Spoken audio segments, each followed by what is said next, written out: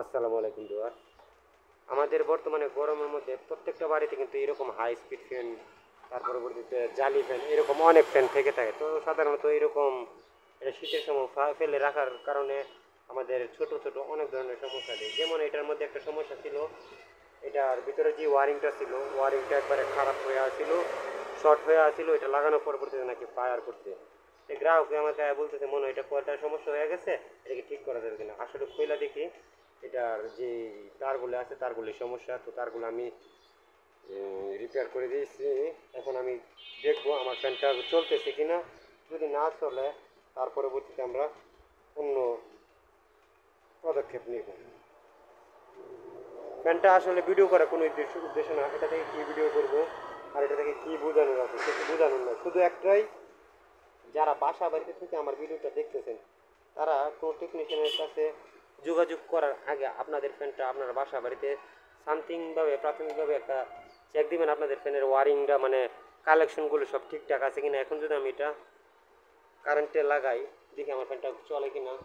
আমি এখন আমার ফ্যানটাকে কারেন্টে লাগাইলাম। লাগানোর পরবর্তীতে আমি দেখবো আমার ফ্যানটা আসলে ঘুরতেছে কিনা।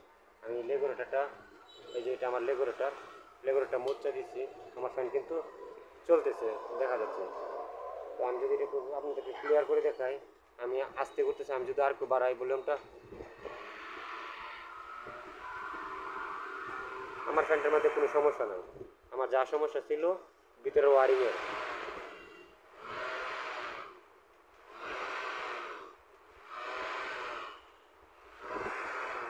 তার পরবর্তীতে আমরা যেটা করব, এটার উপরে এখানে অল্প একটু মোবিল দিয়ে দিব, যাতে আমাদের বুশটা সঠিক থাকে। এদিক খেয়াল করে, এই যে এইভাবে হালকা করে একটু মোবিল দিয়ে দিবেন। মোবিল দিয়ে দেওয়ার পরে আপনার একটু ফ্যানটাকে নাড়াচাড়া করার চেষ্টা করবেন। এখন যদি আমি আবার ফ্যানটাকে পুনরায় কালেকশন করি, আমার ফ্যানটা কিন্তু ঠিক হয়ে গেছে সম্পূর্ণরূপে। আমি লেগোরেটারটা হাই পিক করছি। তো আজকের মতো এই পর্যন্ত। সামনে আবার নতুন কোনো ভিডিও নিয়ে দেখা হচ্ছে।